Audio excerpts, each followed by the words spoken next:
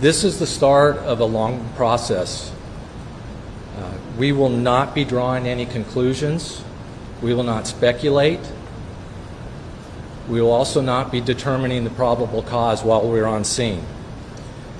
The information that I provide today, that we provide today, is preliminary and is subject to change throughout the investigation. What you can expect from us is within 30 days we will have a preliminary report. A normal full investigation, which this is for an accident, our investigations take normally between 12 months to 24 months, with one stipulation. If we see some significant safety issue during the investigative process, we could put out an urgent safety recommendation for that issue. We will be looking into three main areas while we're on scene. First being the crew and the operation of the crew, the vessel and the condition of the vessel, and finally the environment, and that includes the weather, the wind, the current, the tide, and the operating environment of that. This morning we had an organizational meeting, and we set up various teams, split up into different teams, and they are currently nautical operations, marine engineering, bridge engineering, survival factors, and recorders. We are currently working with our counterparts with the Mexican government to gain access to the ship. We are optimistic that we will have that access very soon. In the meantime, we are working to set up parties to the investigation. The U.S. Coast Guard is always a party to a marine investigation. They're automatically a party. And we thank them for getting on scene very quickly. And we do appreciate all their support so far in supporting our lead in this investigation. The bridge team from our Office of Highway Safety has been working today with the New York City Department of Transportation, and they were doing a survey with the department there, and they have affirmed at this point that there is no significant structural damage to the load-bearing elements of the bridge. There is some damage on one of the travelers, which they use to access and survey the bridge at this point, but nothing structural from the bridge is an issue at this point. I will point out that the NTSB has long had an interest in bridge safety, including bridge strikes.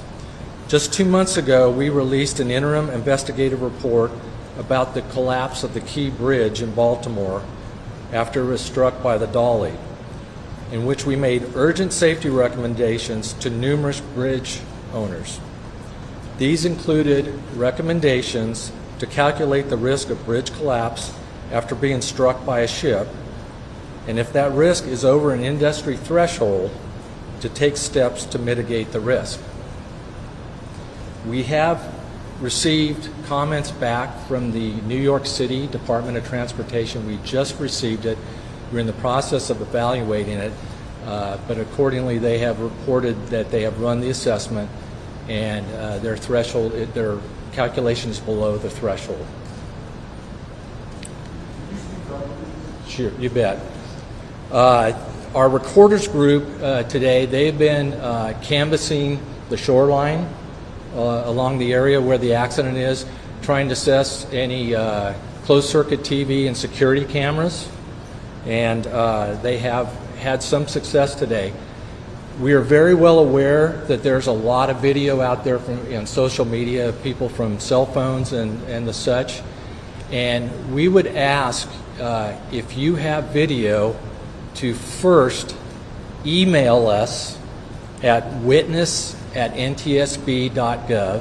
Again, that's witness@ntsb.gov. And we ask that you email us not the video, but that you have some. We will then send you a link to upload that video. We also have two personnel with us from our Office of Transportation Disaster Assistance, and they have been coordinating outreach with the Office of the Mayor of New York City, and we appreciate having them on scene.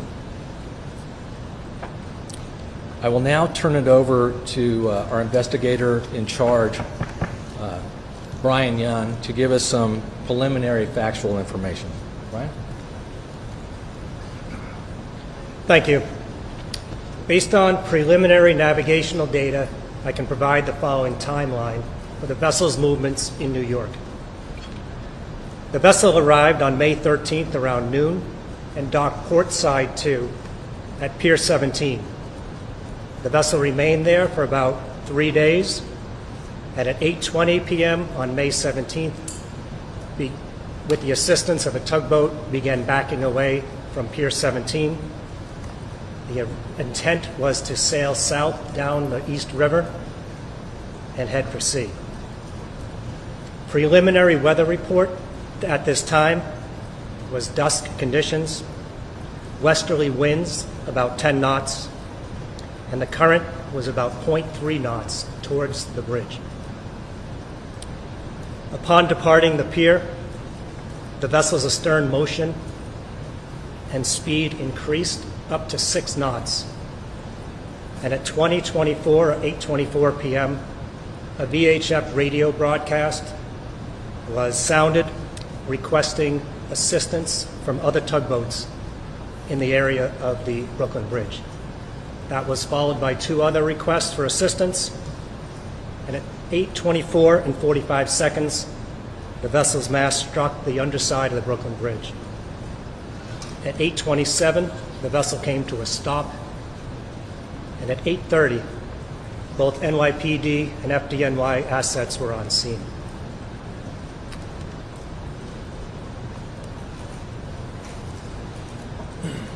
Thank you, Brian. Please follow us on X at NTSB_newsroom. Again, that's at NTSB_newsroom for any additional updates or further briefings. And before we get to questions, I want to thank all the first responders who were on scene, and they were on scene very quickly within 5 minutes of the bridge strike. And I'd also like to thank the ongoing coordination by the New York City Emergency Management. We appreciate all the work that they do and all the first responders. I'm going to take some questions, and before I do, I would ask that you raise your hand, and when I call on you, please state your name and affiliation, and we will do our best to restate the question for everybody in the room. First hand right there. Hi, Lauren Glassford, WABC-TV. In some of the video, we see a tugboat.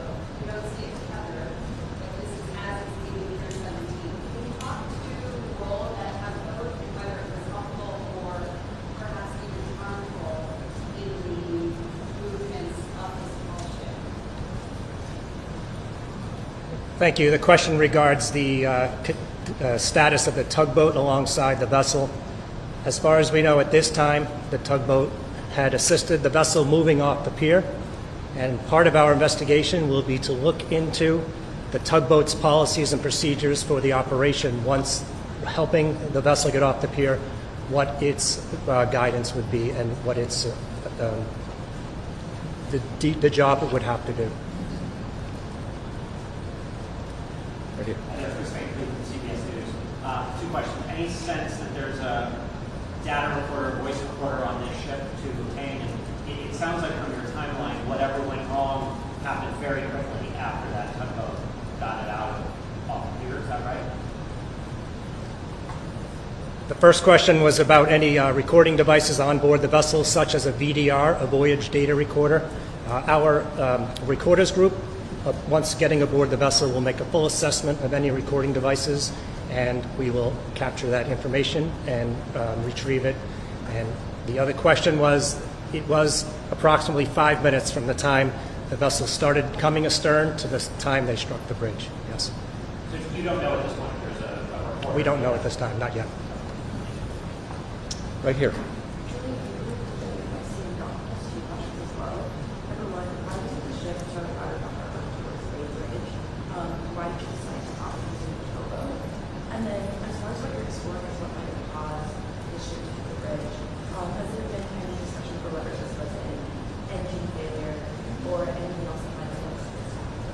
Okay, I read about 3 questions in there. Would you ask the first one again? Yeah, Chris. The first was, why does the ship tug out of the harbor towards Bay Bridge? Why the decision not to use a tugboat? The question pertains to the use of a tugboat departing the harbor. Again, we are going to be, that's part of our nautical operations investigation, where we look at the procedures on what is the normal operation for a tugboat assist departing a pier and leaving the harbor. And then as far as what you might be exploring as a potential cause of stuff to be applied to the bridge, is there a discussion about whether this was an engine failure or what might have led this to happen? The question pertains to a possible cause of the bridge strike, possibly as an engine failure, and we have an engineering group led by myself, which am an engineer, and we will look at the status of the engine. We'll look for any failures, we'll look for engine inspections, and we'll talk to the crew on what may have possibly occurred with the engine. And additionally, if the engine has any sort of ECM or electronic control modules, we'll grab that electronic evidence as well. We need to go to somebody else. I will also state, too, we haven't had a chance to do any interviews at this point. We need to interview the tugboat pilot, the harbor pilot. We'd like to, the captain of the ship, and there's a lot of some other crew members we want to do, but we haven't had that chance. And again, we are not determining a probable cause, and we're not going to speculate about one because we haven't gathered enough information yet. We're just at the beginning of gathering the factual information. There's a question right here. Hi there, Mark Morales. Two questions. You mentioned for the 6 knots. Is that typical for the boat when it's leaving, or was there some sort of acceleration? The other question I had was, when you talked about the timeline, you said that the boat left at 8:20, and 8:24, the tugboat was calling for help. When during that 4-minute period was it determined that the boat was out of control? I guess what I'm asking, when was the earliest that? Was that the earliest time that the tugboat would call for help? Even if there was only seconds before it struck the boat, Okay. Go ahead. Let's take the first question. the 6 knots. Was that typical of this kind of a thing, or was there some sort of another acceleration? Was that standard indicated at that time? The question regards the speed of the vessel at the time it made contact with the bridge, and it was at 6 knots. We are going to be accessing all the different electronic data to determine at what point the vessel began accelerating. We do have a bit of time where it was maintaining a constant speed of about 2.3 knots, and then the speed began to increase. And that's something we will be looking into as part of our engineering assessment of the operation of the engine. And what time was it? I'll have to check the data, but we have certain data points that we would be able to look at. And that's the request for help. Like when And the request for help, we had one bit of navigational data that we were looking into. It was the VHF radio. There may have been phone calls. There may have been a cell phone call that we haven't yet discovered. But the first bit of evidence that we have that any VHF conversation was had was at 8:45. I'm sorry, I said 20, 24, and 45 seconds. In the back. I'm sorry if you addressed this. Mia Clark from New York Law. Sorry if you addressed this already. It's hard to clear back here. The NYPD put out a preliminary report saying that there was a power failure of some sort of mechanical issue. I understand you're not drawing conclusions now. Do you have any idea where the NYPD may have gotten that information from? Okay, the question's about the NYPD basically putting out preliminary information about maybe a power outage to the engine or something like that. We don't know where they got that data from. We have, like Brian has told us already, we haven't even had chance to access the engine, so we don't know that. We haven't had a chance to look to see if there's any recorded data or anything like that. So we're not sure where they got that from. But that'll be part of the investigation too. If somebody has information like that, where did they get it from? We don't know at this point. Okay, let me come back over. Back in the back. Do you have any information that little louder, please. I know the air conditioning is really loud. Do you have any information about the ship departed early under the conditions? I'm sorry, say it again. So, do you have any information that the ship departed early, that it was supposed to use the conditions were Ship. Okay. The question is, do we have any information that the ship departed early because of the weather coming in? We have no information on that at all. We haven't had a chance to talk to any of the crew at this point. We are waiting. The question is, why haven't we had a chance to talk to the crew yet? We are working with our counterparts in the Mexican government to gain access to the ship, and hopefully with some of the crew members to be able to interview them.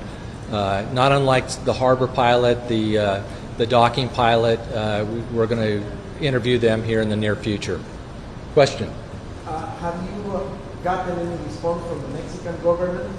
Have you actually spoken to some officials, or you are waiting to see for any response? The question is, have we spoken with the Mexican government and all?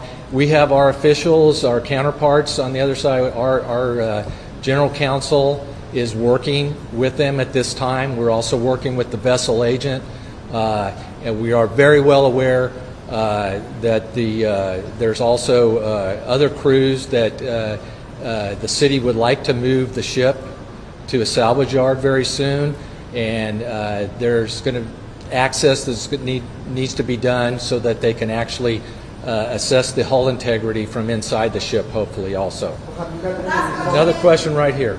Sir, I have two questions for you. First, where exactly is the crew now and where is the ship now? And then secondly, in previous bridge strikes, what has been the inspection of the The first question was, where are the crew and the ship at this time? They are docked on the east side of Manhattan, and the intent is, once it is deemed that the vessel is structurally sound, they will tow it to a repair facility. And they're living on the ship living there? Yes, the crew is living on the ship right now. And then the second question about the spectrum of possible causes in previous bridge strikes in the U.S. Give me the whole question again. Can you just take us through the spectrum of past bridge strike causes?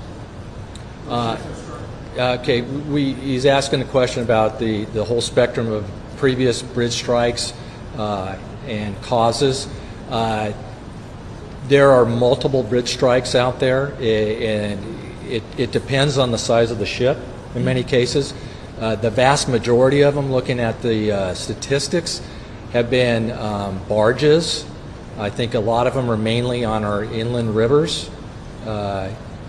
We've had numerous recommendations out there over the years. The most current one we have was from the Dolly in Baltimore, and you saw the results of that bridge strike.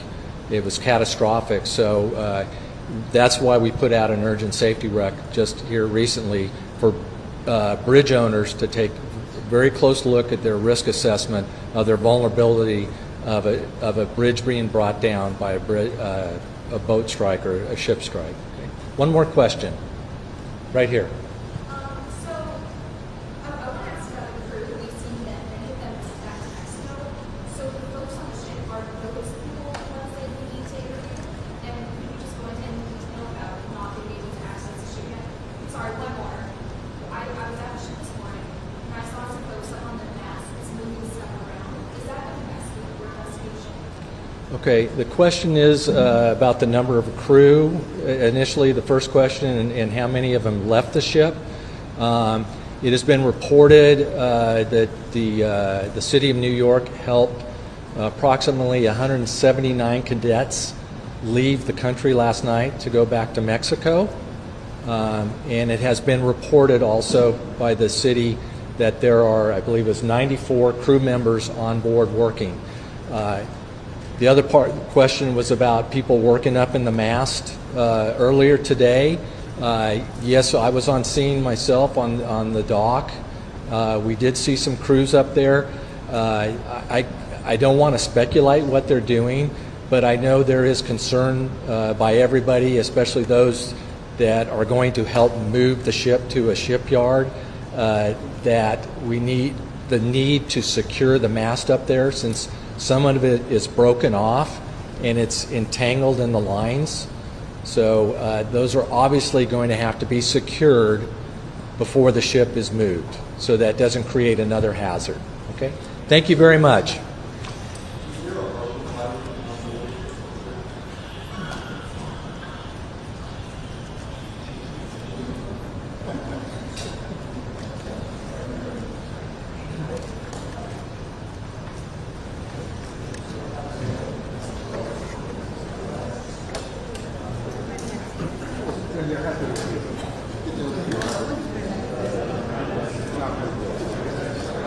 Good.